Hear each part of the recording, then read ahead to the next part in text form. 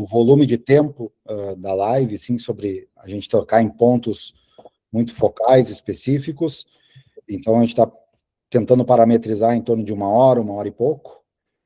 E, ao final, né, acho que é deixar também de uma forma organizada para que vocês possam fazer algumas perguntas e, principalmente, relativa a algumas dores, né, ou alguns cenários que são específicos cenários de vocês. Então, a gente vai ter uns 20 minutos aí ao final para uma forma de perguntas. Vocês podem aqui usar no Meeting aquela mãozinha que está abaixo ali, erguendo a mão. A gente vai olhar ali as pessoas que forem erguendo, tem uma ordem de prioridade e a gente vai chamando ali para as perguntas. E se quiserem deixar registrado no chat ali também, fiquem à vontade, comentários podem colocar no chat, que a gente vai observando para ir conduzir da melhor forma essa noite daí, tá? Bom, acordos feitos, vamos passar para de imediato. Boa noite, doutor Marcelo.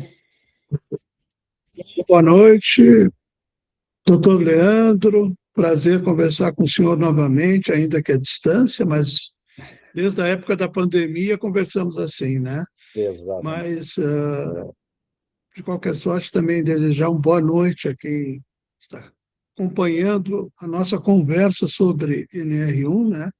Nosso diálogo aqui sobre NR1, para trazer um pouquinho de calma às pessoas, né? Fazer uma breve apresentação. Eu sou, aqueles que não me conhecem, eu sou juiz de uma vara especializada em acidentes de trabalho e adoecimentos, acidente de trabalho típico e adoecimentos ocupacionais já há 14 anos, né? E sou magistrado há 32 anos em várias cidades do Rio Grande do Sul, conheço bem o nosso estado, né? E fico aqui à disposição hoje para conversar sobre os riscos psicossociais, né? Como se eles fossem novidade e não são, né, doutor? Não são, e não são, e não são. E vale relembrar, se o doutor Marcelo não lembra, o primeiro contato que eu tive com o doutor Marcelo foi quando eu fazia parte ainda de uma comissão com o desembargador doutor Raul Sanfelice, onde nós tínhamos um projeto, e era um projeto do judiciário, do trabalho seguro, né? E nós tivemos uma ação em Caxias do Sul, com o desembargador, e aí foi na oportunidade que eu conheci o doutor Marcelo, sendo que era uma das primeiras, se não me falha a memória, né, doutor Marcelo, a primeira delegacia especializada em acidentes de trabalho, né, no Brasil, se não me falha a memória, era isso? A segunda, na verdade. A primeira é a 30ª Vara do Trabalho, Porto Alegre. A segunda, mas somos as únicas varas especializadas do Brasil nesse tema. Ou seja, quero dizer com isso que o doutor Marcelo Porto é um entendedor do que nós estamos colocando. A palavra PGR para ele não é nenhuma novidade, né? Nem PCMSO, nem os documentos aos quais a gente está acostumado a trabalhar na saúde ocupacional. Então, é um prazer que o senhor tenha aceito novamente. Nós já tivemos uma oportunidade dentro da época do Covid e agora estamos tendo uma outra oportunidade de estar falando aqui, né? Para falar sobre esse tema, que o senhor bem colocou, né? Parece novidade no sentido de que agora é uma lei, né? Uma lei que já vem andando desde 2024, né? Mas que, na verdade, nós, se fôssemos transcrevê-la para dentro dos ambientes de trabalho, nós já estamos falando em análise ergonômica do trabalho, né, há muitos e muitos e muitos anos, né. Então, gostaria que o senhor fizesse essa primeira abertura, já tocando nesse tema, né, que é uma novidade, entre aspas, né, doutor? Na verdade, parece que as pessoas têm a impressão de uma grande novidade quando se trata de risco psicossocial. Quando na ergonomia, na NR17, eu vou ter que me reportar a ela para dizer que não se trata de novidade, há um item específico, eu até anotei aqui, o 17.1.1, que fala nos riscos psicofisiológicos.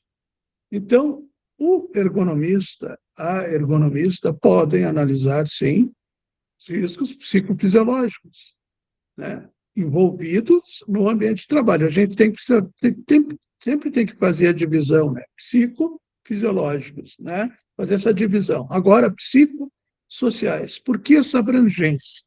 E eu começaria para essa discussão, sair de psicofisiológico para psicossocial. O nosso conceito de saúde, doutora, é saúde física, mental e social. Não é apenas, né, não estar doente, mas ter um bom relacionamento, uma boa situação física, do meu eu, né, mental e social. Então, nós temos que ter também um ambiente de trabalho que me propicie o bem-estar físico, mental e social. Por isso que eu diria, eu vou dar um grão de sal. Eu acredito também nós podemos falar em biopsicossocial, sabe? Porque é um acréscimo de vida nessa história. Tá? Não é o que nós falamos na CIF, por exemplo, Classificação Internacional de Funcionalidade, né? Ela é biopsicossocial, não deixa de ser, ela avalia a vida e os efeitos daquele transtorno, vamos falar em transtorno mental, ou, eventualmente, a CIF já é mais difícil, mas ela avalia as situações que levaram aquele dano a repercutir no indivíduo, né, no ser humano. Né? Então, o primeiro momento é de entender a origem, e para mim está claro que é a OMS, o pessoal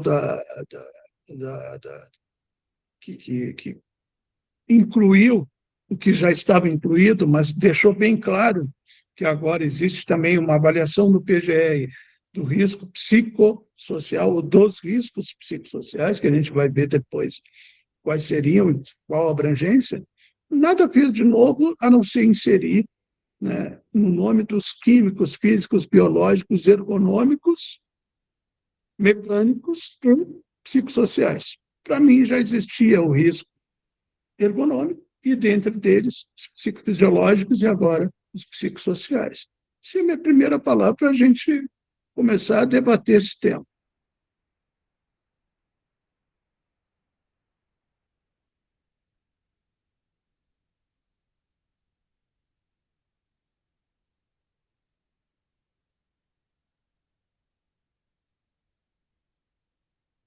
Eu não estou ouvindo o doutor, não sei se fiz alguma coisa errada aqui. Oi, eu aqui. Tá bom. Não me assuste, senão já tem um fator estressante aqui. Não, nós já estamos sob pressão aqui. Quem é que vai nos cuidar? Já está me estressando aí, né? O pessoal vai ter que aplicar uma avaliação para nós aí. Eu acho que é importante tocar nesse ponto, onde a OMS começa a enxergar também por esse lado, porque ela não enxerga o Brasil, ela enxerga fatores ao nível mundial, né? Então, nós tivemos um advento a nível mundial, que foi a Covid, né? Esse foi um fato mundial, que inclusive fez a OMS olhar com outros olhos para a saúde mental das pessoas durante ao processo de enclausuramento. As pessoas tiveram que, da noite para o dia, ficarem fechadas em suas residências, acho que num estado de pânico jamais visto nos últimos muitos anos atrás, né? E posterior a isso, os reflexos dos impactos da pandemia também nas pessoas, né? Então, esse foi um primeiro olhar.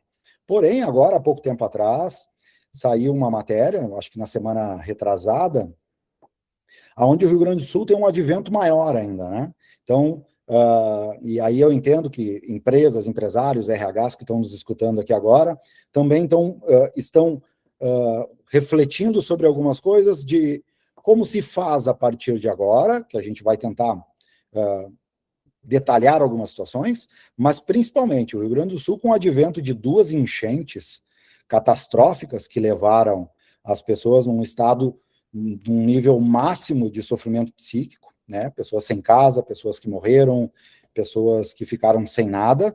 Nós tivemos um duplo agravamento, colocando o Rio Grande do Sul, doutor Marcelo e a todos, na 3ª posição de maior afastamento, né? Perdendo só para São Paulo e Minas Gerais, né? Eu entendo, doutor Marcelo, que o senhor está na vara da justiça, né? Ou seja, nós temos alguns caminhos que podem começar pela justiça e outros caminhos podem terminar pela justiça, né? Então, podem começar pelo Ministério do Trabalho, rumo ao Ministério Público e aí vir a justiça. Na sua visão, hoje, o senhor hoje, independente de lei ou qualquer outra situação, o senhor já atendia casos de doenças mentais, o senhor já atendia casos de assédio, muito antes de entrar as questões da lei, né? Na verdade, isso não é um assunto novo, né? Tudo que pode gerar um fator estressante no ambiente de trabalho também pode derivar em um transtorno mental, né? E aí, por isso que nós chamamos pela sigla TMTR, né? Transtorno mental, aliás, RT, relacionado ao trabalho, né? Transtornos mentais, eu acredito que aqui no Brasil, com os últimos anos que nós estamos vivendo, a população, sem dúvida, foi acometida. Não temos como dizer que não, principalmente aqui no Sul, né? Mas nós temos N fatores estressantes no nosso país, né? Uhum. Nós não temos um só, somos uma concha de retalho de fatores estressantes, né? Principalmente o que chega para mim é a ansiedade e depressão, como alegadamente formados no ambiente de trabalho. Quando a gente vê que existem situações pretéritas, eu falo endógenas, né? Que a pessoa traz com ela da sua vida, né? Do seu nascimento já, né? Congênito, né? E situações que não têm nenhuma relação com o ambiente de trabalho, que confundem muito, principalmente, aí a gente tem que falar, doutor, na última geração, né, na nossa geração atual, né, que tem uma dificuldade de sobremaneira de aceitar ordens, de entender que o pragmatismo não é solução, mas são pragmáticos, né? Obtém a resposta no celular a tudo que imaginam que seja o exatamente correto, e nem sempre é assim, né? Nós viemos de uma época de estudo, não de celular. Nós precisávamos abrir, no meu tempo, por exemplo, a enciclopédia Barça, né? Meu tempo de guri, para poder estudar. E quem tinha uma enciclopédia Barça em casa era um felizardo, né? Nem todos tinham. Mas, na verdade, eu diria que a cada 10 processos que chegam envolvendo transtorno mental relacionado ao trabalho, 9 são improcedentes, porque não tem nenhuma vinculação.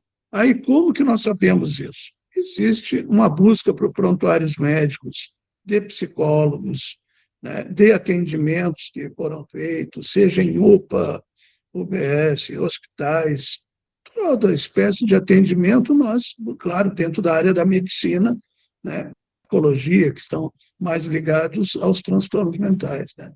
E nós vemos que situações pretéritas são muito mais impactantes nesse adoecimento do que desse transtorno, né? Dos transtornos, porque geralmente vem acompanhado transtorno de ansiedade generalizada, com daqui a pouco uma depressão, né? E eu digo, doutor, só complementando para arrematar, direito e psicologia andam de mãos dadas. Tenho dito muito isso para os psicólogos. Se o juiz pudesse fazer psicologia, fazer a faculdade de psicologia, olha, estaria um passo adiante. Eu aprendi muito com os psicólogos, com os psiquiatras, né? No dia a dia conversando com eles e palestrando com eles, com vários psicólogos, principalmente sobre burnout. Agora existe uma situação de tudo é burnout, né? Enquanto a gente vai lá para os prontuários, não tem nada de burnout. Tem um transtorno de adaptação, por exemplo, a pessoa não se adapta ao local de trabalho. E aí tudo que a incomoda se transforma em alegação de burnout, síndrome de burnout, que ainda não é, nós estamos ainda na CID-10, né? Não temos ainda a CID-11, né? Então, na CID-10 é síndrome de burnout, pode gerar outras consequências, né, de transtornos, né, principalmente para, a meu ver, a depressão, depois de um momento de ansiedade muito forte, né? Mas isso é uma questão técnica, né? Eu estou falando com um técnico no assunto, mas só posicionando que isso chega para mim diariamente. Nós tivemos um acréscimo, doutor, de processos envolvendo transtorno mental no ano passado para esse de 40%.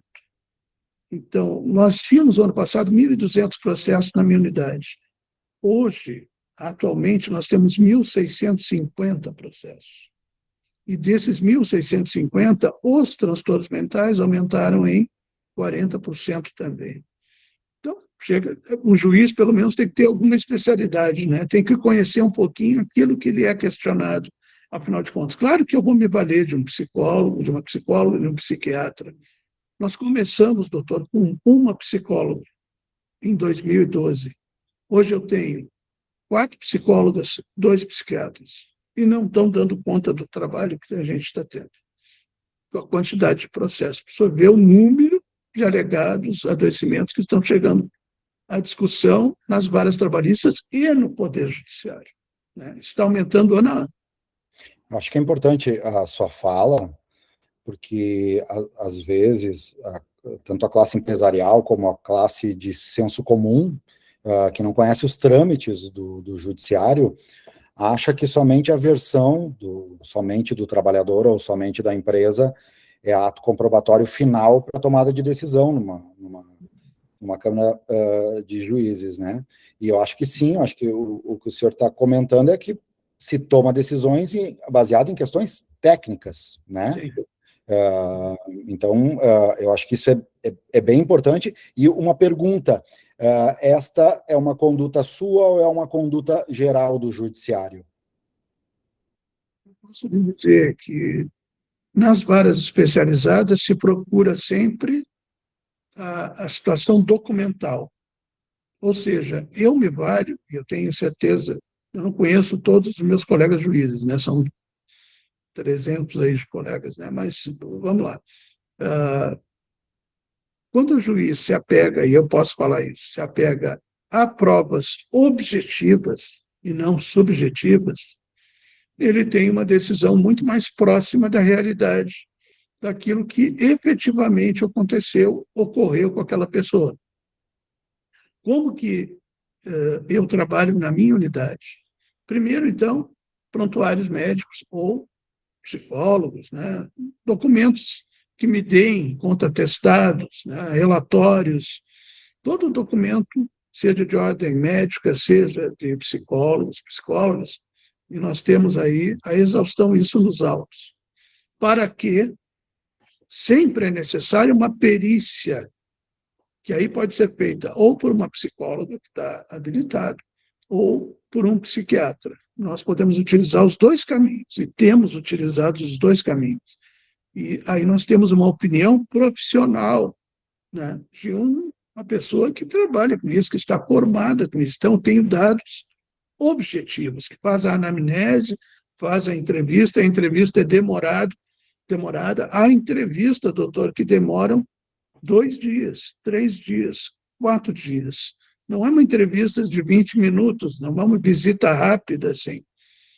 Os médicos e as psicólogas, não temos nenhum psicólogo, temos as psicólogas, eles demandam um tempo para criar convicção sobre determinado caso. Não é assim uma simples conversa, como a gente pode imaginar. Não, são situações.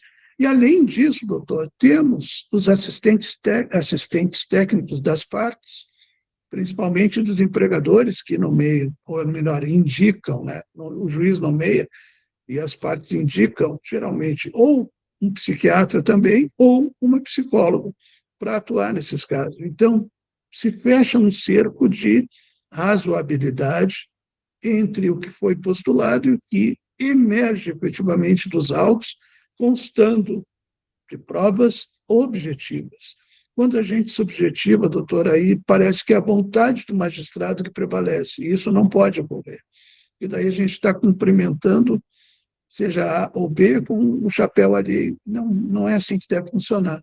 A gente deve dar uma decisão o mais correta possível, o mais próximo da realidade.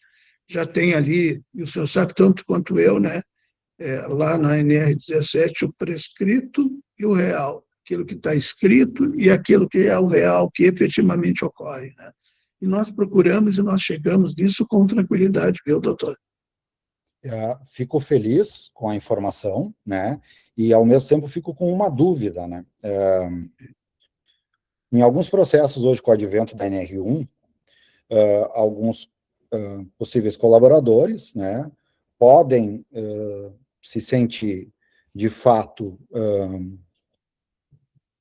como é que eu vou chamar, né, enquadrados em alguma determinada, não gosto de dizer isso, ou modalidade do enquadramento dos fatores de riscos psicossociais, e no advento de um atestado superior a 15 dias, ou, enfim, que a empresa julgue que não faz mais parte dela tratar isso, e sim o INSS, esta perícia de avaliação vai para o perito do INSS, né? Em uma perícia do INSS, a gente sabe que não, muitas vezes podem não ser as mesmas conduções que o judiciário consegue transitar para tomar uma decisão baseada em objetivos. Acontece de sair do INSS um fato gerador que possa até numa situação de burnout que gera uma indicação de acidente de trabalho, inclusive com a percepção de permanência do trabalhador por 1 ano, acabar isso em um processo judicial e isso ocasionar a empresa reverter ou ser mantido isso?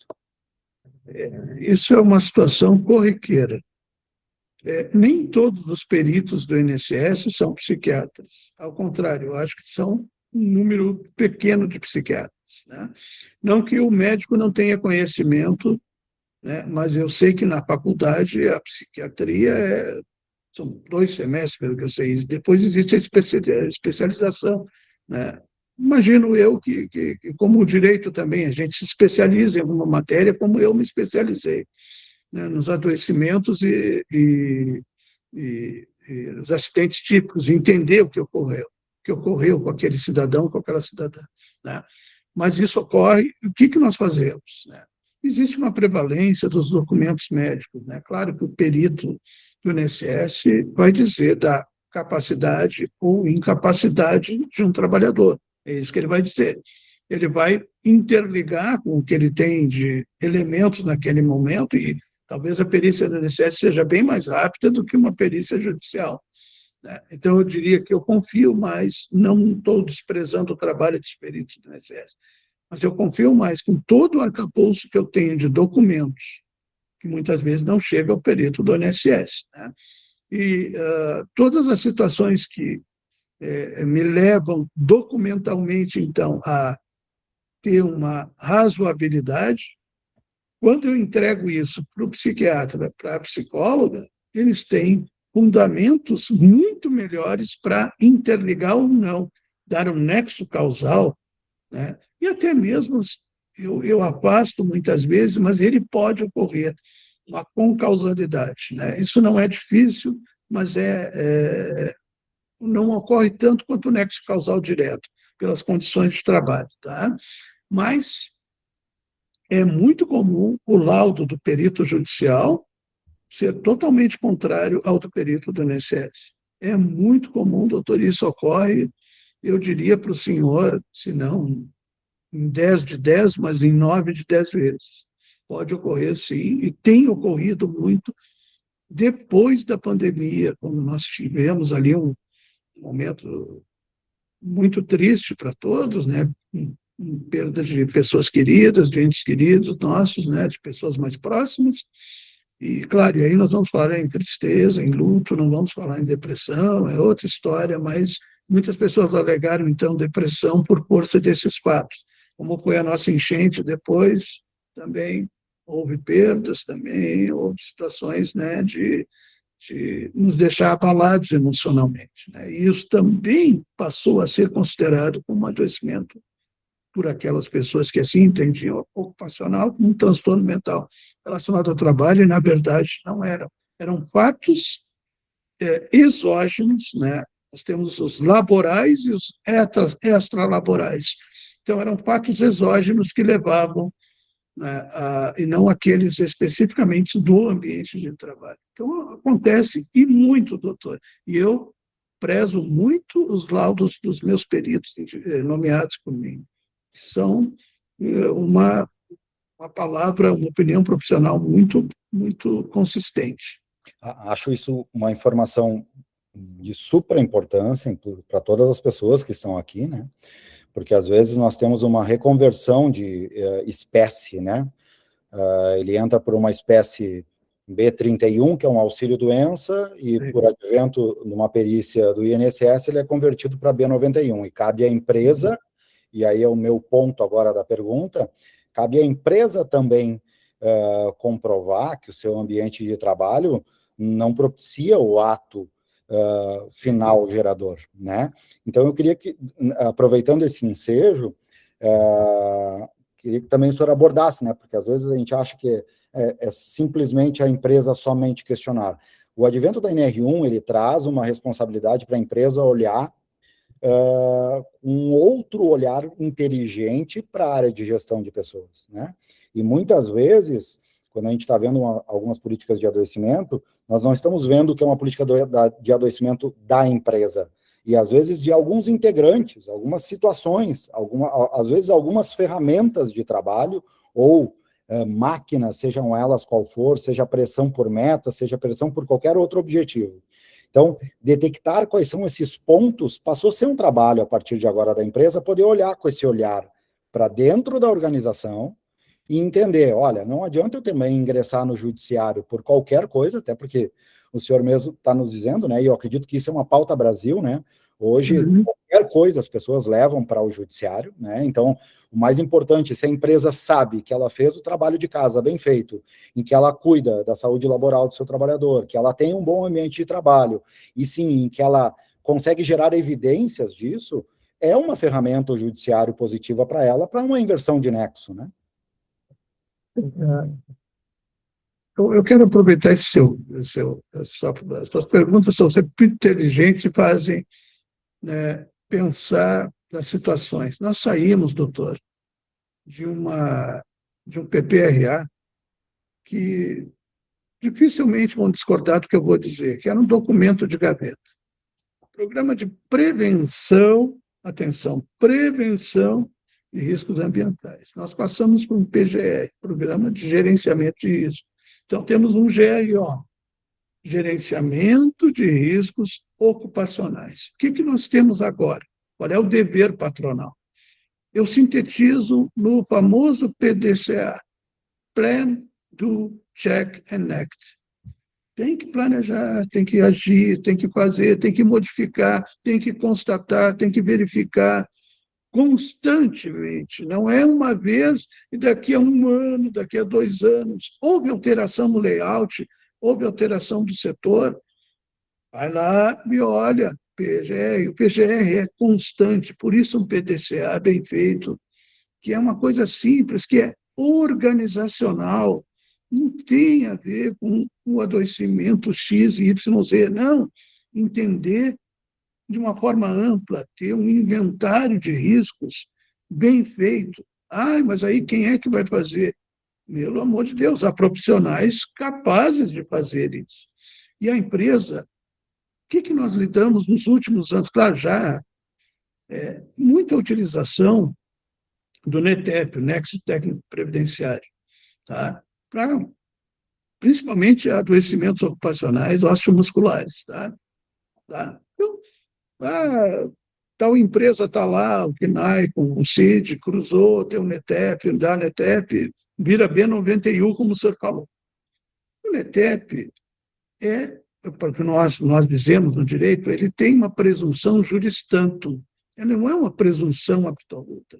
Não. O perito verificou, cruzou CNAE com o CID, viu aquele cidadão lá, aquela cidadã. Bom, aqui, provavelmente, essa pessoa vai ficar doente. Então, sai do 31 e vai para o 91. Né? Então, chega na audiência, chega para nós, o B91, na verdade, não é B91, é B31, porque o perito judicial, analisando, primeiro nós fazemos, quando tem o adoecimento osteomuscular, uma perícia in loco, que é uma perícia ergonômica, para analisar biomecânica ocupacional. Não só isso, mas também, agora nós vamos analisar outras situações, se nós formos com transtornos mentais. Tá? Mas aí nós temos uma perícia médica que atenta ao quadro nosológico daquela pessoa. Então, é uma conjugação de profissionais, não é uma situação de A ou B, não, é sistêmico, assim como o GRO é sistêmico, não é uma parte apenas, é um todo que tem que ser analisado. Né? A gente, quando corta o bolo, dá um pedaço para alguém, né? Aí fica faltando aquele pedaço do bolo. GRO é analisar esse pedaço de bolo que está faltando, ou seja, de uma forma simplista, é o todo e não apenas o posto de trabalho. É um todo que gera o problema, não é aquele pedaço de bolo que está faltando, é o todo que pode gerar o problema. Então, as pessoas estão muito apegadas, eu vejo isso no meu dia a dia. Ah, mas o perito do INSS deu lá que era B91 pelo NETEP. NETEP é anexo técnico previdenciário. Eu sei que tem colegas meus que aplicam o NETEP, né? Então, eu diria para o senhor, com tranquilidade, que eu vou falar com os meus 32 anos de magistratura, não precisa fazer perícia. Eu aplico o NETEP. Simples. Né? NETEP, que é administrativo, que não é judicial, não precisa nem fazer perícia. Para que gastar tempo fazendo perícia? Aplica o NETEP. Ou seja, utiliza uma presunção juris tantum, que é presunção relativa, como uma presunção jure et jure, ou seja, não admite prova em contrário. Claro que admite, e admite uma prova profissional. Né? Essa é a visão que eu gostaria, eu sei que não são todos que têm, isso eu tenho certeza, porque eu já li decisões baseadas exclusivamente no NETEP. Eu disse, bom, então, tudo que eu faço aqui, todo o tempo que eu demando de produção de prova, é um tempo perdido, porque é simplesmente, né, aplicar NETEP é muito mais fácil. Se é a facilidade que se procura, né, então, que seja. Para mim, não é a facilidade, para mim é não a dificuldade, mas a seriedade de um trabalho que é feito para buscar uma solução adequada àquele caso concreto. E, novamente, né, eu acho que para todos esta informação é até uma forma de diminuir esse apavoramento da classe empresarial junto à NR1, que não é isso, né? Não é agora uma situação que agora tem uma pauta, né, doutor Marcelo, que é agora nós teremos que cuidar da saúde mental do trabalhador, né? Não se trata disto, né? A saúde mental do trabalhador, ela é multifatorial, né? Ela tem envolvimentos tanto no ambiente de trabalho, como ele tem um envolvimento da vida privada, né? Então, vale ressaltar também uns números. Nessa pesquisa do Rio Grande do Sul, de 47 mil adoecimentos que tiveram, dos afastamentos só do Estado, por ser um Estado mais agravado, 60% eram das mulheres. Uhum. Afastamento, 60% eram mulheres.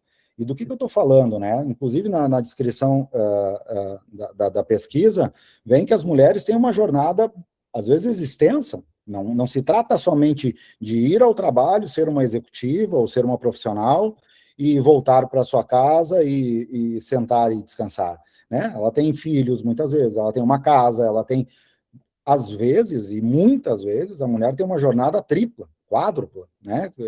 Então, sim, isso aparece em alguns desdobramentos da pesquisa, mas não se trata, a NR1, ela não se trata de cuidar da saúde mental do trabalhador nos aspectos, muitas vezes, fora do ambiente de trabalho. Nós estamos tentando primeiro com que as empresas se atentem ao ambiente de trabalho. Complementando essa questão que o senhor menciona muito bem, retrata no dia a dia. Para mim, cada 10 processos, 9 envolvem mulheres, e geralmente mulheres jovens, entre 20 e 25 anos. Isso é jurimetria da sexta vara. Não é o Marcelo Porto dizendo um número aleatório, não. Então, um processo envolve homem, né?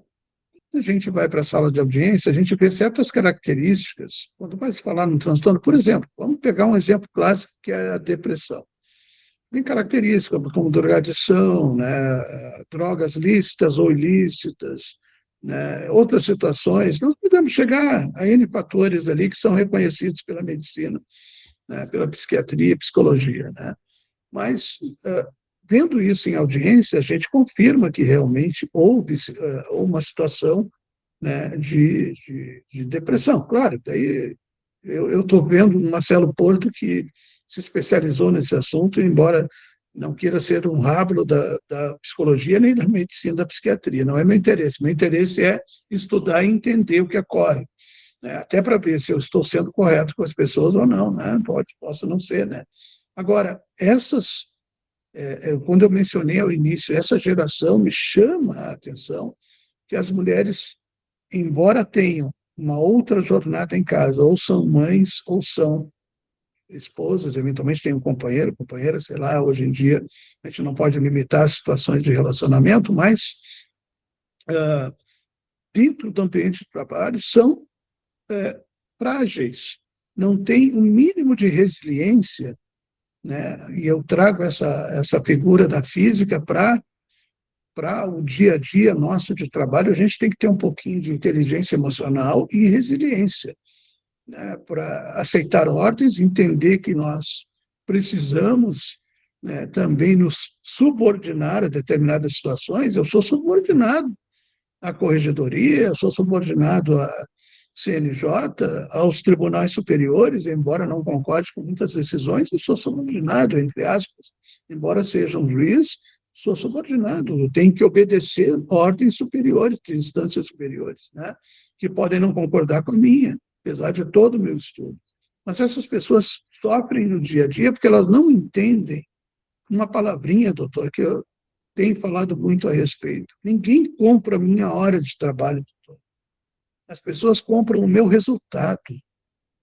Quando eu peço para um Neymar da vida, né, fazer uma propaganda, não interessa se ele vai ficar 5 segundos na propaganda, 10 segundos ou 30 segundos. Eles querem a imagem para o resultado, que querem obter um resultado de sucesso. E a mesma coisa acontece com os trabalhadores, não precisa de um resultado de sucesso, mas tem que empenhar o seu resultado objetivo com eficiência, com eficácia. É isso que o mercado de trabalho espera. Assim como imagino que o senhor, sendo meu jurisdicionado alguma vez, ou apoiando alguma empresa, o que valha, vai querer também ser bem atendido e ter uma eficácia na solução do processo, né? Então, essas circunstâncias do mercado, de ter essa situação melhor de cobrar, entre aspas, um trabalho, uma meta, não pode ser tomada necessariamente como um fator estressante, desde que cobrado com educação e com dignidade, né? A gente toma isso como uma situação completamente... Claro que há exageros, nós sabemos disso. Eu já julguei muitos exageros na minha vida, né? E aí, vamos ver, houve adoecimento em decorrência do exagero? Ok. E aí eu trago outra palavra para o senhor também, além do resultado. Quando a gente vai falar em transtorno mental relacionado ao trabalho, a gente fala agora do risco psicossocial em dignidade. Tratar o outro com dignidade. Respeitar as diferenças. Não somos iguais, tá? Nem eu, nem o senhor, nem os outros. Cada um de nós tem as suas idiosincrasias. Até apareceu num programa de televisão a palavra idiosincrasia, como uma coisa que ninguém entende o que é. Mas nós somos diferentes. E talvez respeitar essas diferenças e entender exatamente que somos diferentes, que precisamos nos adequar, nos adaptar a essa vida, aos resultados e à dignidade. Então, um binômio que deve ser utilizado no dia a dia dentro do GRO, até para a captação do que sejam os riscos psicossociais dentro de uma empresa. Eu sei que nós vamos esgotar isso mais adiante. Perfeito. E vale salientar aqui que a nossa pauta não é com as mulheres, nós estamos falando de fatos, né? O que saltou aos olhos nas pesquisas, e agora nas duas pesquisas, é na vara, na sua vara, e o que saltou aos olhos nessa pesquisa do Estado, do Rio Grande do Sul, é um aumento significativo das mulheres. Não que as mulheres tenham uma tolerância à frustração mais baixa, não. Mas a tolerância à frustração, eu acredito que numa nova geração ela tendeu a ser mais baixa no geral, né? Então, quando a gente está falando em meta, produtividade, quando a gente está falando de resultado, algumas pessoas na presente data entendem de uma forma que isso pode exacerbar os limites do que é o trabalho. Mas, na verdade, isso, com respeito, dignidade, como o senhor falou, né, com empatia, que eu venho falando, né, existem formas de dizer a mesma coisa, né? Existem formas de se colocar a mesma coisa. Às vezes uma palavra faz completa diferença, né? Eu vejo, doutor Marcelo, eu não sei qual a sua opinião, o governo, quando lança a NR1, sem um parâmetro muito claro, e aí eu não estou falando em ferramenta, né? Mas sem um parâmetro muito claro de como medir isto, né?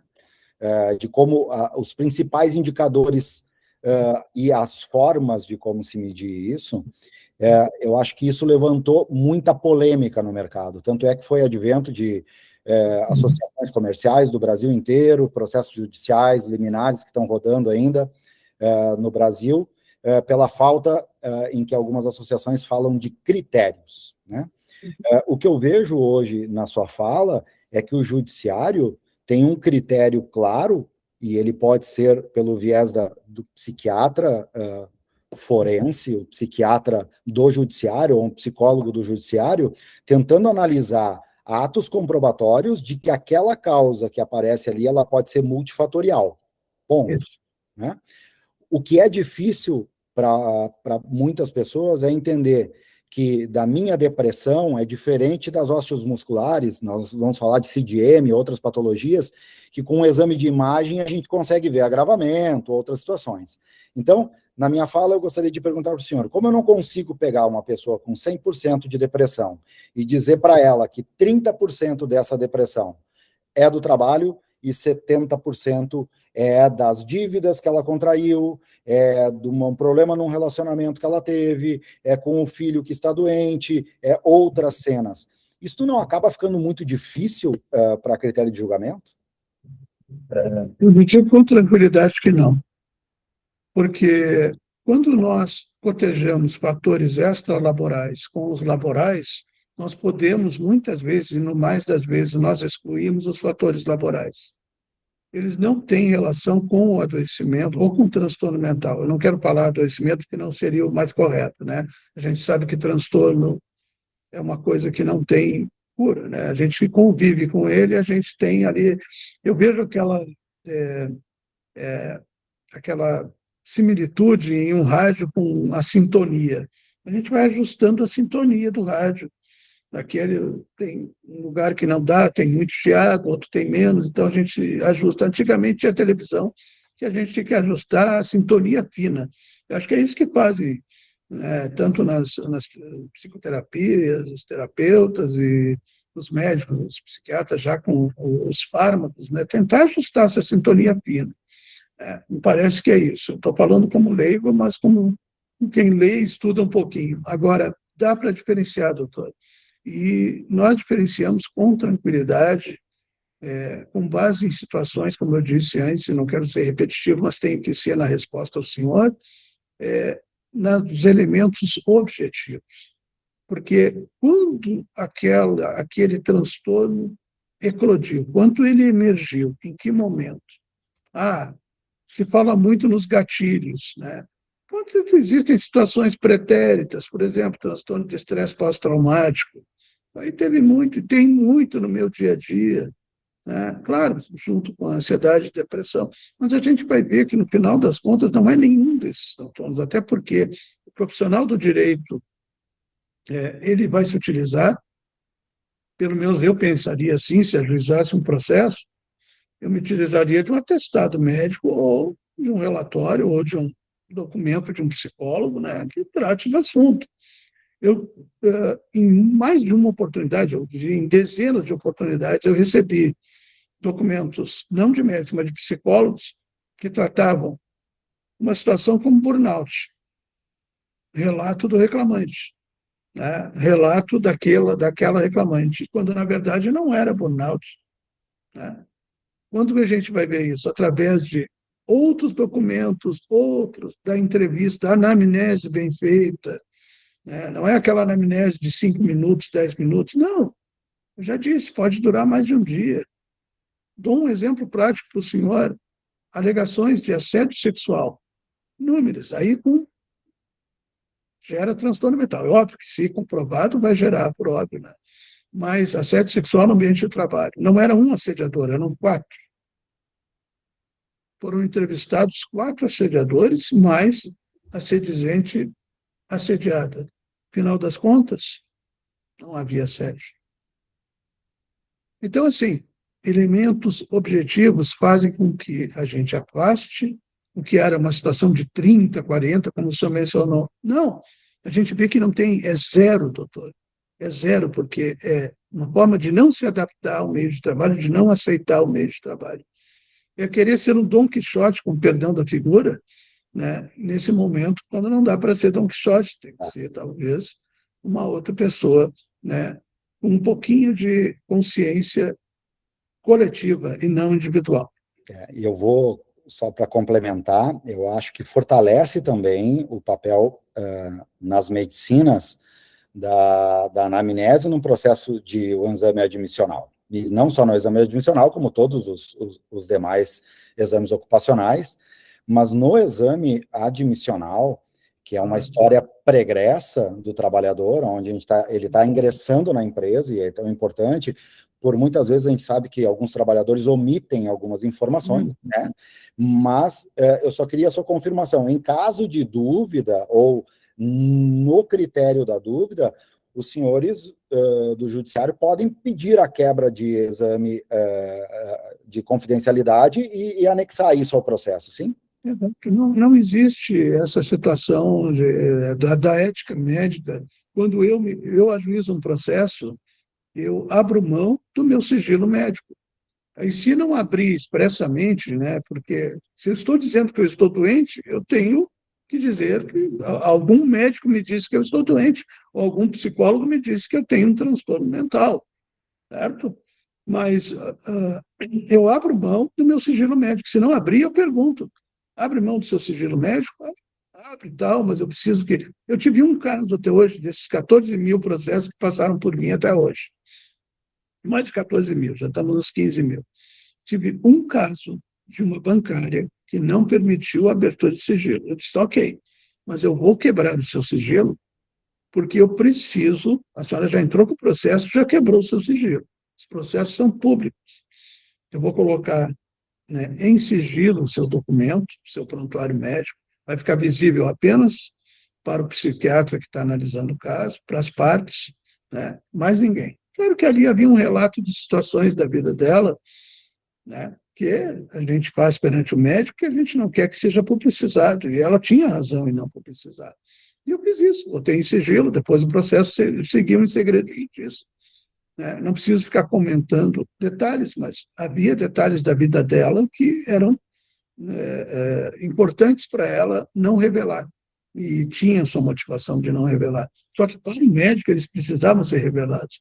E era exatamente esse detalhe, doutor, que ela não queria revelar, que deu a vinculação extralaboral e não laboral, certo? Então, nós temos que ser corretos com todos, com o reclamante, com o reclamado, com a empresa, com o trabalhador, com a trabalhadora. Não dá para ser correto só com um lado e dizer: não vou apresentar o documento. Ok, o juiz vai lá e quebra o sigilo. Eu posso fazer isso enquanto magistrado. Posso quebrar o sigilo. Não estou ferindo a ética médica, porque no momento que entrou com o processo é público. Né? Então, é isso que acontece no dia a dia.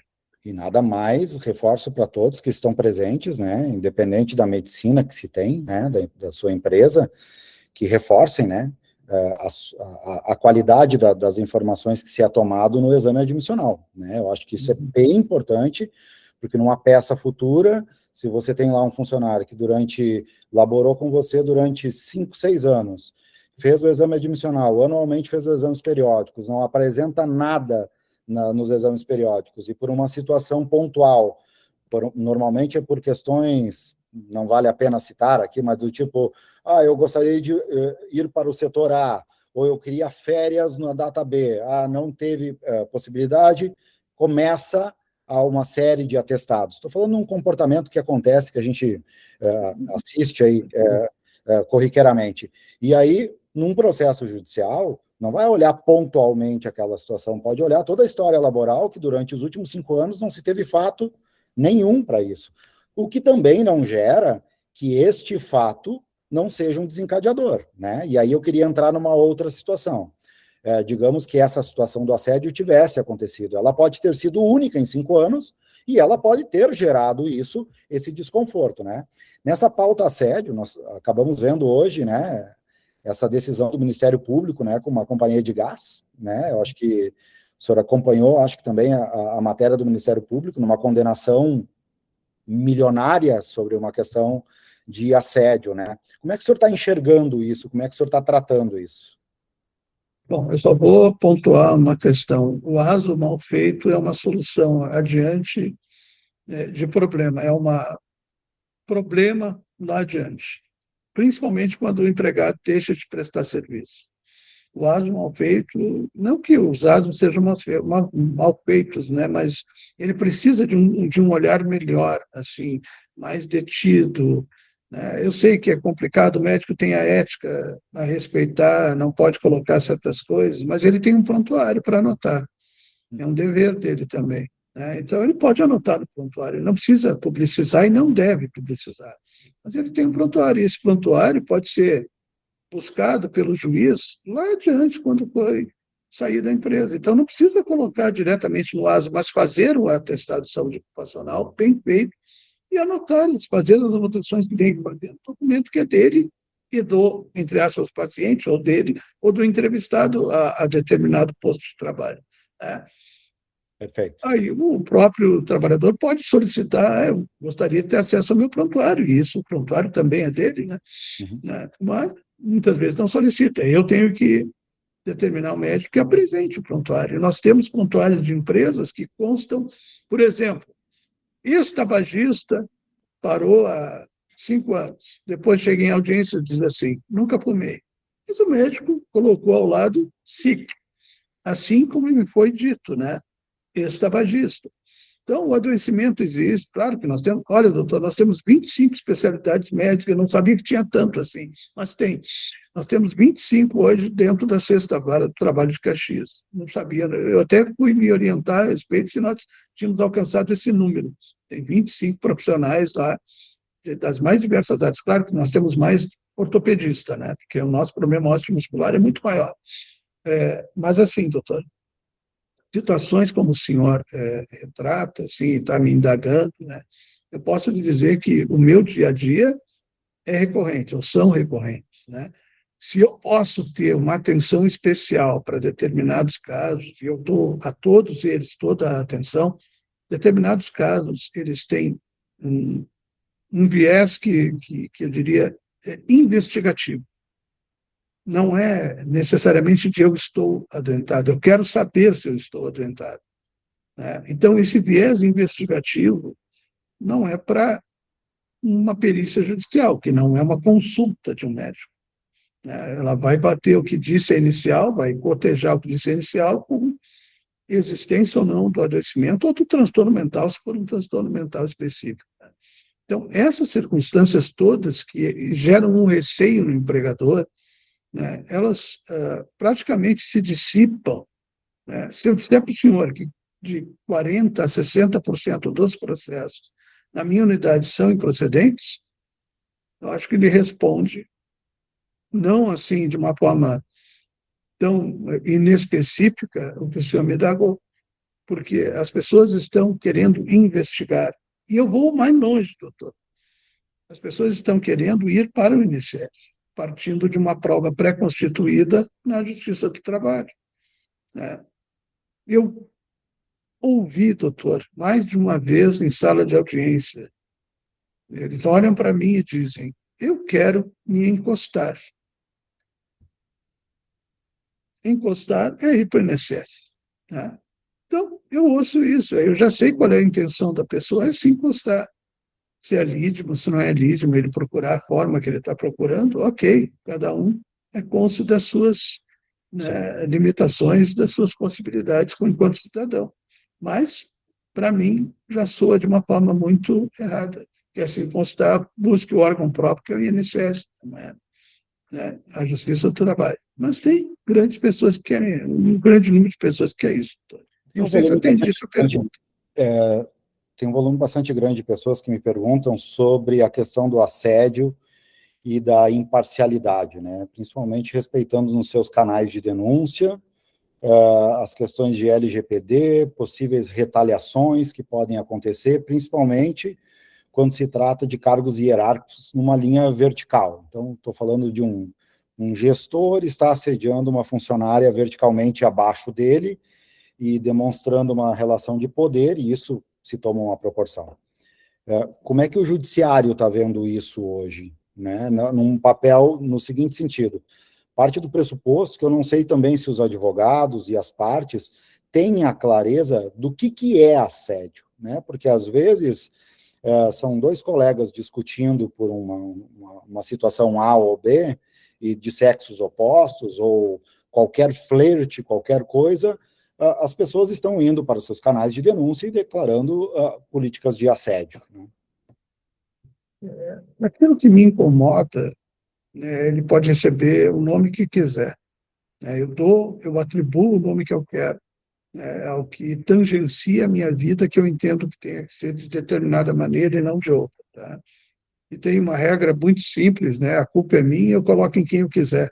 Né? É mais ou menos isso que ocorre no dia a dia. A culpa é minha enquanto ser humano e trabalhador. Não estou dizendo que isso sempre ocorre, estou dizendo que isso ocorre. Né? E aí eu culpo o meu superior hierárquico, eu culpo o meu colega, né? Eu culpo as minhas relações laborais e até as minhas relações hierárquicas. Né? Claro, quando eu disse antes que a gente tem que respeitar a dignidade do trabalhador, é o mínimo. Quando ela é afrontada, aí sim pode surgir um assédio moral, uma situação reiterada que gere eu chamo assim, quando nós vamos lá para a insalubridade e periculosidade, é inconformidade. Né? Conforme a NR que nós estamos aplicando, é quase uma inconformidade dentro do ambiente de trabalho. Mutatis mutandis é isso. Né? Então, o assédio moral, ele é muito julgado por nós, tanto para o dano moral em ré ipsa decorrente do assédio, daquelas situações reiteradas que tem alguma convergência para prejudicar determinado trabalhador. E quando a gente fala em assédio, a gente fala em bullying, a gente fala em cyberbullying, parece que não é crime, mas é. Né? E as empresas têm que estar atentas aos apelidos, por exemplo. Construção civil é muito comum, né? Carga e descarga, né? Transporte, logística é muito comum. Né? Então, tem que estar atento a isso, evitar esse tipo de coisa, ter um diálogo de segurança, né, que efetivamente passe para evitar. E aí nós temos também o assédio sexual, que também é crime, que é crime. Então, o empregador pode não só pagar uma indenização, como aquele responsável pelo assédio moral e assédio sexual sofrer uma punição criminal. As pessoas não estão se dando conta. Agora, só mencionou o caso Pernambuco, se não me engano, só tem um. Compagás, né, né? Esse caso ele é paradigmático de como vai funcionar daqui para frente. Esse caso não é novo, ele já estava tramitando e envolvia N situações de desrespeito, né, à dignidade dos trabalhadores, inclusive de pressão no ambiente de trabalho. Se nós lermos esse caso com atenção, até das condições que eles repassaram nessa postagem no Instagram, foi no Instagram que eu também vi há pouco tempo. Então, Copergás, corrigindo aqui, Copergás. Mas a condenação é de 3,4 milhões de reais, se eu não me engano. 3,4 milhões. Aí, né? Assédio moral então, organizacional. Organizacional, ou seja, tudo era feito verticalizado e não apenas horizontal, de mesmo nível, mas de nível superior. Isso aí, então, me reporta uma outra palavra, doutor, que se chama, entre aspas, cultural. Empresas têm cultura. E a forma dessa cultura se expressar, ela vem de cima para baixo, vem do CEO, do presidente, diretor-presidente, para baixo. Ele que comanda a empresa. A última palavra é dele. Né? Não é do supervisor, não é do gerente. Né? Ele que comanda e ele que dita a forma de trabalhar. Então, essa questão dessa empresa, que é paradigmática, é cultural. É uma forma errada de comportamento ambiental, que eu diria, comportamento do ambiente de trabalho. Né? E isso aí vai ficar e serve como exemplo para outras empresas. E aí nós tivemos um caso, neste caso, nós tivemos o uso de uma cifra voltado à doença, à exposição a agente possível causador de doença, nós estamos falando de periculosidade ou insalubridade, né? Como moeda de troca para uma questão voltada ao assédio, né? Então, também, e aqui nós estamos falando que nesta nova janela de mudança das empresas, cabe muito a empresários, principalmente aos empresários que repassam para os RHs as suas responsabilidades. Não, cabe ao empresário porque ele contratou um RH. Na Justiça do Trabalho, ele não vai poder estar levando um RH ou alguma outra situação, mesmo que eu sei que o doutor Marcelo, em algumas situações, na Justiça por acidentes em Caxias, já chamou técnicos de segurança, já chamou engenheiro de segurança, e já, inclusive, teve mandatos aí, inclusive, de profissionais que perderam seu registro, porque o empresário diz, não, mas se eu tenho que contratar SESMIT, e depois eu tenho que ir lá fazer o trabalho do SESMIT, então, bom, o SESMIT, mas cabe ao empresário ter uma modelagem cultural de gestão que propicie que o SESMIT tenha uma boa gestão, né? Que seja uma gestão preventiva e não remediativa, do quase acidente. Cabe agora ao empresário a ter uma boa gestão da saúde mental das pessoas na relação delas com o seu trabalho. E não é cuidar se ela... mas ela estava aqui, mas lá ela tem 2 filhos, lá ela faz festa, lá ela bebe ou usa o tipo... Isso se limita dentro de uma organização, porque muitas vezes a gente tem uma janela de pessoas cuidando muito mais do externo e descuidando do interno, né?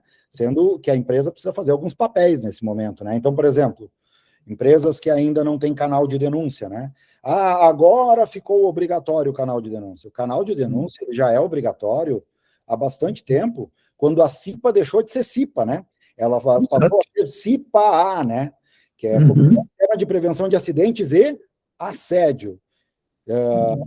E segundo, tecnicamente falando, se todas as empresas que têm CIPA, seja ela por eleição ou seu designado, têm que tratar a questão assédio, por óbvio, as empresas têm que ter o seu canal de denúncia, né? E aí vem a outra situação. Será que ele está sendo com imparcialidade? Será que eu dizer um e-mail lá e o funcionário dizer, mandar para este e-mail é o canal mais ideal? Então, discutir essas políticas de gestão nunca foi tão à pauta agora do que estar preocupado se o governo vai me pegar ou não vai, em que momento eu vou cair numa fiscalização ou não. As pessoas, eu vejo, doutor Marcelo, que estão muito preocupadas com isto e um pouco despreocupadas com a gestão interna das organizações. As pessoas estão preocupadas com a causa. Não, desculpa, com a consequência, não com a causa. Exato. E eu não vou dizer que a consequência não é cara, tá? Ela é cara. Né? Porque a dosimetria de valor de uma pena de dano moral, ela é subjetiva, né? Então, subjetiva. Nós estamos falando aí que são situações que podem ter uma complicação a maior tempo, né? E nós sabemos aí que tem empresas que determinados tipos de agentes que estão expostos, o cuidado com a saúde desse trabalhador não se limita até a jornada dele quando terminar a sua saída no ambiente de trabalho, né? Nós temos casos de empresas aí que são obrigadas a cuidar, monitorar trabalhadores por 20, 30, 40 anos agora dentro de uma nova lei, né? Então, agora eu demiti, tá tudo certo. Não esquecendo que a doença ocupacional, doutor Marcelo, quanto tempo um funcionário pode entrar posterior por doença ocupacional? Na verdade, os adoecimentos ocupacionais e os acidentes típicos, ele tem uma relação com a prescrição que é quase inexistente, porque tem uma súmula do STJ que diz que a prescrição só inicia quando eu tenho conhecimento da consolidação da minha lesão, ou seja, quando eu conheço o dano e eu posso mensurar esse dano, né? Como é que eu vou saber disso? Só através de uma perícia judicial. Então, raramente nós temos prescrição, eu diria zero de possibilidade de ter prescrição nessa hipótese, porque é de acidente ou acidente típico, ou adoecimento ocupacional, porque vai chegar na perícia, que é o momento em que ele vai saber, bom, houve uma perda de funcionalidade de 2,5, 6,5, vamos falar de osteomuscular. Mas o adoecimento só ocorreu por força do ambiente de trabalho, se nós vamos falar de transtorno mental relacionado ao trabalho, né? Esse é o momento que iniciaria a prescrição, quando ele soube que efetivamente inicia. Então, prescrição zero. Eu posso ter casos de 10 anos que eu vou julgar. ou demais até, mais tempo que eu vou julgar. Já julguei casos de 1981, 1989, né, e foram julgados, claro. Como a pensão, geralmente, ela é vitalícia, ela não é temporária, né? A pensão vitalícia vai até o período de sobrevida, conforme tabela do IBGE, né? Respeitado o gênero, se é homem, se é mulher. Nós vamos ter uma tabela diferenciada. Então, vai longe. Eu tenho indenizações, doutor, que variam de 5, 10 mil reais a 6 milhões de reais. Nossa. A escolha, né, é de cada um, né, de pensar bem o processo. Uma pergunta que não é para assustar, tá? Mas sim para clarificar. Também com a NR1, volta à tona se eu teria que monitorar ou não os fatores psicossociais dos meus terceiros frequentes, né? Então, tem um advento lá, se não me engano, é da 6.019, que já falava sobre a questão dos terceiros, né? Então, também não é uma coisa nova, né? Então, me lembro que um determinado governo, às 11 da noite, do dia 31, se não me falha a memória, houve assinatura de um decreto tornando a empresa solidária na terceirização, né? Então, dito isso, o senhor tem recebido, o senhor tem acolhido algumas situações de terceiros frente às empresas? Sim, extremamente comum, doutor. Terceirizado, geralmente não tem nenhum apoio, seja da empresa que o contratou, da empresa contratada. O apoio que eu quero dizer é explicação. Para mim, treinamento efetivo é explicar o que pode e o que não pode fazer. E, geralmente explica o que deve fazer e não diz o que não deve fazer. Parece que a gente está ensinando uma criança do jardim de infância, mas não é assim. É o dever de dar ampla situação do risco, amplo conhecimento do risco que ele está exposto, né? E os acidentes graves ocorrem. Mas aí eu iria mais além, não só na 6.019. Existe um artigo que eu faço remissão sempre, que é o 942 do Código Civil Brasileiro, que baliza isso. Ele diz: havendo mais de um responsável pelo dano, eles são solidariamente responsáveis. Tá? Então, não precisa nem da 6.019 para me dizer isso. E a empresa que contrata tem o dever de expor os riscos ambientais a que aquele terceirizado está exposto. Tem dever de fazer isso. Tá? Mas não pode mandar, não pode dar ordem. Não, mas não é dar ordem. É expor aqui. Você vai trabalhar, por exemplo, aqui na NR12 não tem nenhuma situação de prevenção da NR12, por exemplo. Mas vamos pensar, tem sim que ter o cuidado, porque vai ser condenada solidariamente. Isso acontece todos os dias na Sexta Vara. Hoje mesmo julguei processos que havia terceirizados, que bom que o senhor perguntou isso, tem que ter o cuidado com terceirizados, sim. E eles geralmente são os mais frágeis. Há um tempo, ouvi falar que Petrobras, que tem milhares, sabe, melhor de terceirizados, tinha um índice de acidentes de trabalho muito grandes por conta de quê? Falta de treinamento. Treinamento efetivo, que é o que eu sempre digo. Perfeito. É uma pauta importante para nós, todos os empresários que têm, às vezes, mas eu não tenho um terceirizado. Mas, às vezes, você terceiriza a limpeza da tua empresa. É uma pessoa que está lá, de uma empresa terceira, e muitas vezes ele está lá no dia a dia, né? Não, mas a responsabilidade é da terceirizada. Não, a responsabilidade é solidária. E agora também nos riscos psicossociais, né? Exatamente. Teve uma outra situação também, que eu acho que aí foi perguntado para o auditor fiscal lá de São Paulo, né, que ele fez uma live, acho que foi o primeiro auditor fiscal no Brasil, o Rodrigo Vaz, que ele fez uma live explicando os fatores, enfim, de como vai funcionar a fiscalização do Ministério do Trabalho frente à NR1. E numa das pautas era o trabalhador se negando a preencher a coleta inicial de dados, né? Se negava a preencher, né? Então, já fica uma situação que, na posição do auditor fiscal, a informação da coleta de dados, na visão dele, é como se ele tivesse também negando uma informação num exame periódico, que é uma obrigação dele fornecer informações dentro de um exame clínico, e é uma obrigação da empresa coletar essas informações para o devido tratamento, né? E aí tem uma parte do judiciário, e a gente vê alguns comportamentos, doutor Marcelo, de alguns advogados conduzindo as empresas no sentido do tipo, não preencham, né? Quase como se fosse uma versão minha, psicólogo e diretor de empresa, numa pauta leiga, dizendo assim, ó, vocês não precisam gerar provas contra vocês, no sentido de que isso possa os prejudicar num futuro, num questionário de levantamento psicossocial.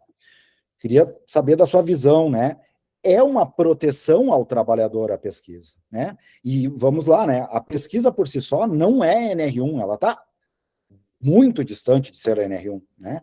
A pesquisa é uma das formas de coleta para, a partir dali, começar um tratamento para nós chegarmos lá naquele ponto que o senhor falou, que é o PDCA, né? Que aí eu vou tratar, vou analisar e, a partir daí, construir bons planos de ação e colocar ele para rodar, né? Porque vale salientar que nem tudo que acontece na empresa é risco psicossocial, né? Então, qual a sua visão do aspecto jurídico de o funcionário não preencher o formulário? Tá. Eu estou vendo muitas formas, em todas as palestras que eu fiz, né? Estou vendo muitas formas, estou ouvindo pessoas falar em muitas formas de avaliar risco psicossocial. O que ele diria? Primeiro, assim, eu não posso expor o trabalhador a me dar respostas, e eu vou ser bem franco no que eu estou dizendo, que é assim que eu trato o meu dia a dia. Eu não posso imputar ao trabalhador, responsabilizar o trabalhador, dar respostas, né, que certamente em algum momento ele vai, se não sigilosas, ele vai omitir. Tá? Uma coisa é sentar na frente do médico, na frente do psicólogo e contar situações, porque o médico psicólogo tem dever ético de sigilo das informações que ele recebe. Tanto que os peritos médicos e psicólogos colocam nos autos o que é suficiente para que eu possa julgar aquele caso, e não situações A, B, C, D, E, F, que não vão interessar para o julgamento, né? Isso tem clássicos do dia a dia com médicos que são, olha, eu vou evitar até de comentar, mas existe isso, tá? Mas, então, primeiro ponto, não permitir a identificação, vamos anonimizar, eu não sei se é exatamente essa expressão, como tem LGPD, né? Uhum. Vamos tornar anônimo a resposta. Quando eu torno anônima a resposta, eu posso me valer que ela tem a maior fidedignidade do que necessariamente se eu colocar o meu nome. Se eu pedir para falar como é o trabalho da sexta vara, e eu pedir, coloque seu nome enquanto advogado, o advogado vai se sentir mal de colocar o nome para fazer uma crítica mais contundente. Se eu disser, deixe em branco o nome, mas escreva aí o que o senhor acha, ou mande um e-mail, dizendo o que o senhor acha, ele vai se sentir mais à vontade. Então, não dá para a gente utilizar a questão não anônima como um efetivo reconhecimento de que aquele ambiente tem uma dificuldade de relacionamentos interpessoais do ambiente de trabalho que nós estamos falando. Tá? Então, esse seria o primeiro ponto. Nada que tenha nome vai gerar consistência. Tem que ter sigilo. Tem que chegar para quem? Chega para o PCMSO da empresa, né? Chega, que eu diria, segundo plano, depois do PCMSO, CIPA, terceiro plano. Mas eu não estou invertendo a ordem de importância, eu estou dizendo que esses três aparelhos que eu chamo de saúde e segurança do trabalho, eles têm que andar de mãos dadas também. Eles têm que ser sistêmicos e não individualizados. Quando forem individualizados, não vão dar resposta nenhuma. De base do conhecimento da situação de ordem relacional, que é uma delas, né? Geralmente é com a chefia imediata, o problema é com assédio moral, eventualmente assédio sexual. Então, também faltar com a verdade e uma falsa notícia de crime também é crime, né?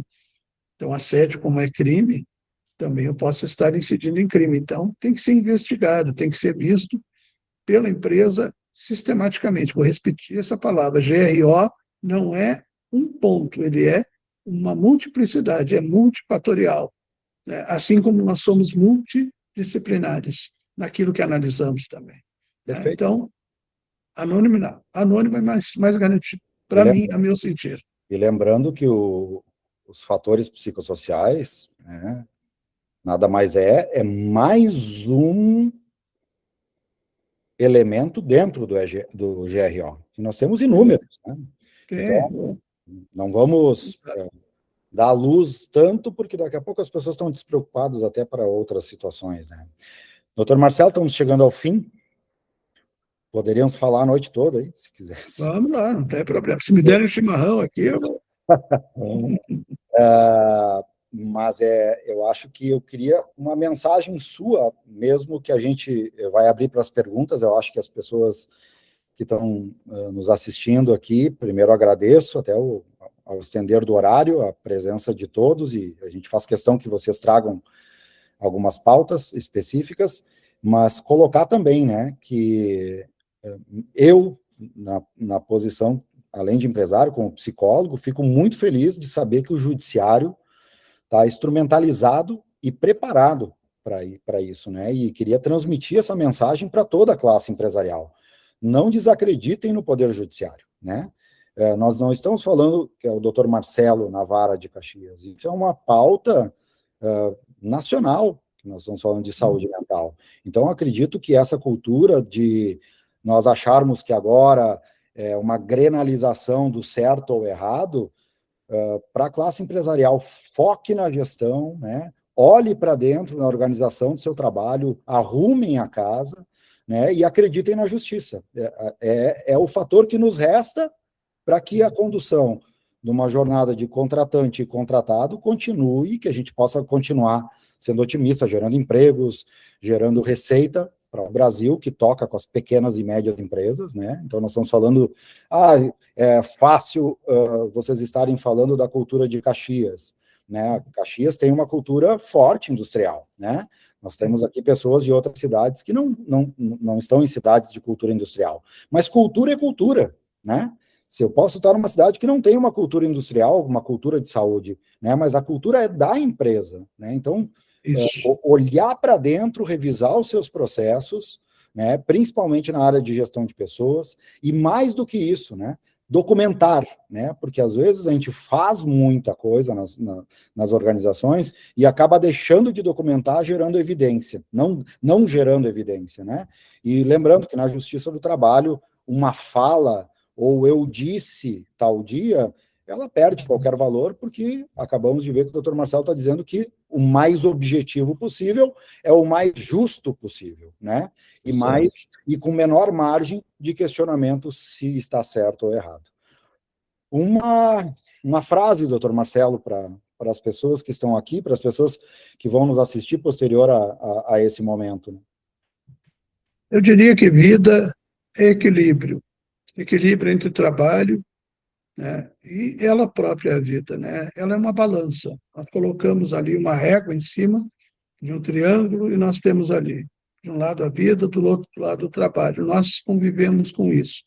Quando essa balança pende para o lado e nós geramos situações que afrontam a dignidade desse trabalhador, nós estamos caminhando para um risco psicossocial. Claro que ele vai ter que ser analisado, tá? Mas nós estamos caminhando.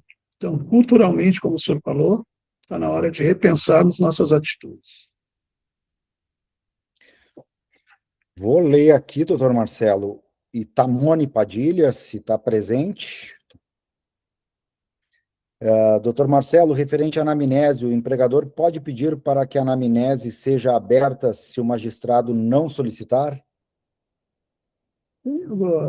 A empresa tem sempre a possibilidade de indicar um assistente técnico, geralmente um profissional da mesma área que está realizando a perícia judicial. Então, um psicólogo, psicóloga, um psiquiatra, não tem problema nenhum. Pode acompanhar a anamnese, pode, e deve acompanhar a anamnese, né? Até fazer perguntas, se entender necessário, fazer perguntas ao trabalhador, trabalhadora. Não há problema nenhum, porque ele assiste a empresa, né? Ou seja, ele na verdade, ele se transforma nos olhos e nos ouvidos da empresa naquele momento. Então, a minha sugestão é que sempre que houver uma perícia judicial envolvendo transtorno mental, as outras também, osteomuscular, por óbvio, né, de acidente típico, mas sempre que houver, indiquem um profissional da área, ou um psiquiatra ou um psicólogo, tá? Dependendo do que o juiz nomeou. Tá? Cada um profissional tem a sua ética a ser respeitado, seu código de ética. Tá? Perfeito, perfeito. É o que nós chamamos de assistente técnico, né? Assistente técnico, exatamente. Dentro do processo é o assistente técnico. Pessoal, ficamos abertos a perguntas, comentários a todos vocês aí. Quem quiser pode erguer a mão, abrir o microfone.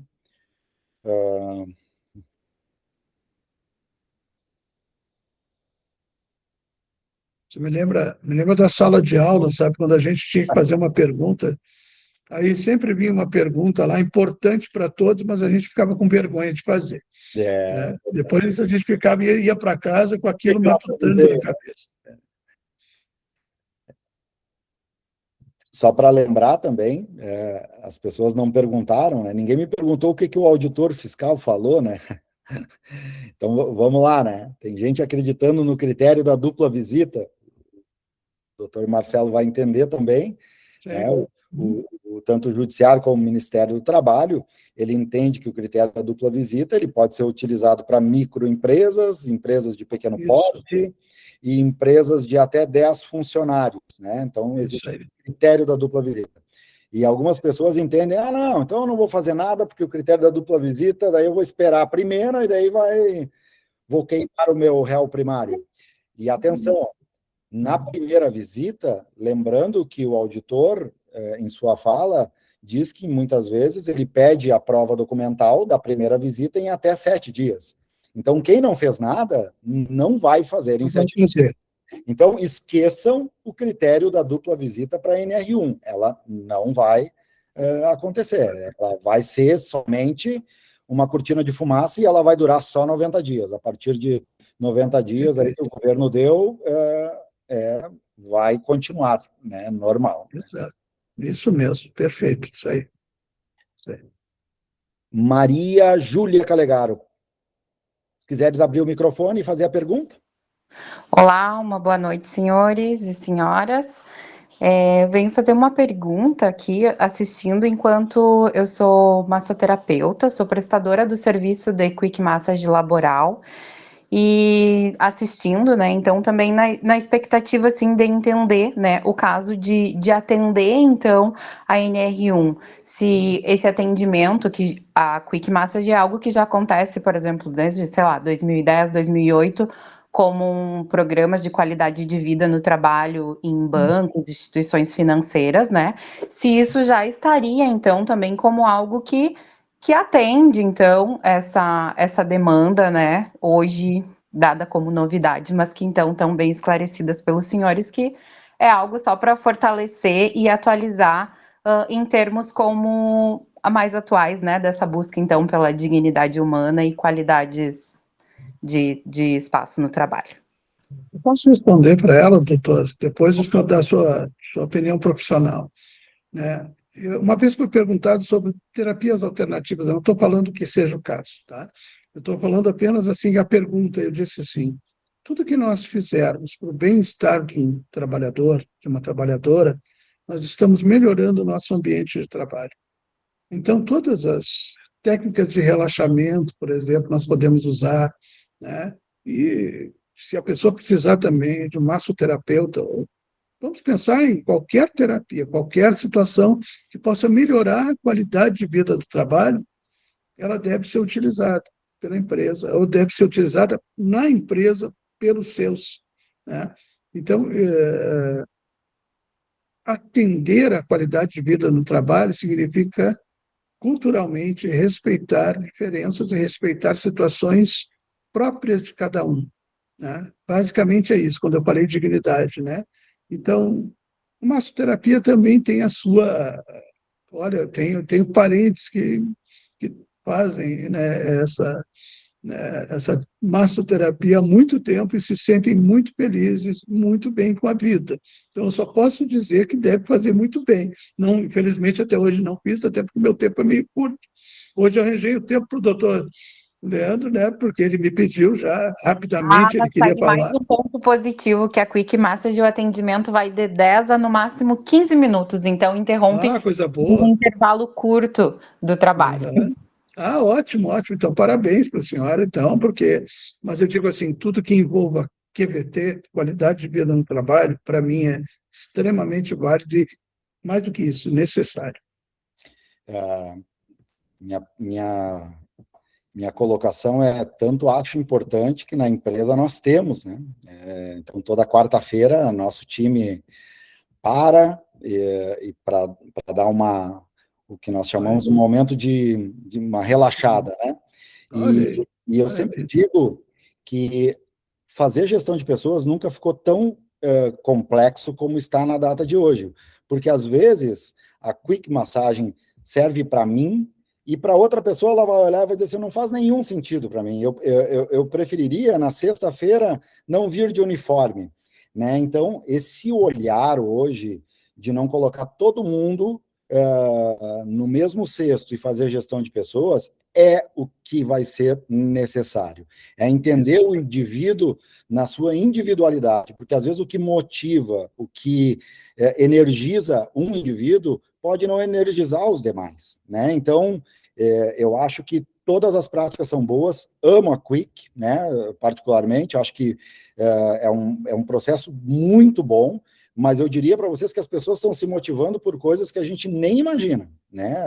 As pessoas, às vezes, na sexta-feira, pouco tempo atrás, a gente viu que uma empresa, ela libera o uniforme para ser uma tarde mais leve, digamos assim, né? E às vezes até no final do dia fazer um happy hour com o time para do tipo, ó, vamos entrar o final de semana mais light, para não sair da empresa tão pesado e não ficar com essa memória pesada do ambiente de trabalho, às vezes é uma prática. E eu gostaria até do nosso time de suporte aí da live, do pessoal da Norte, se pudesse subir aí nas mensagens, pessoal, as nossas 100 boas práticas, a gente consegue fazer isso?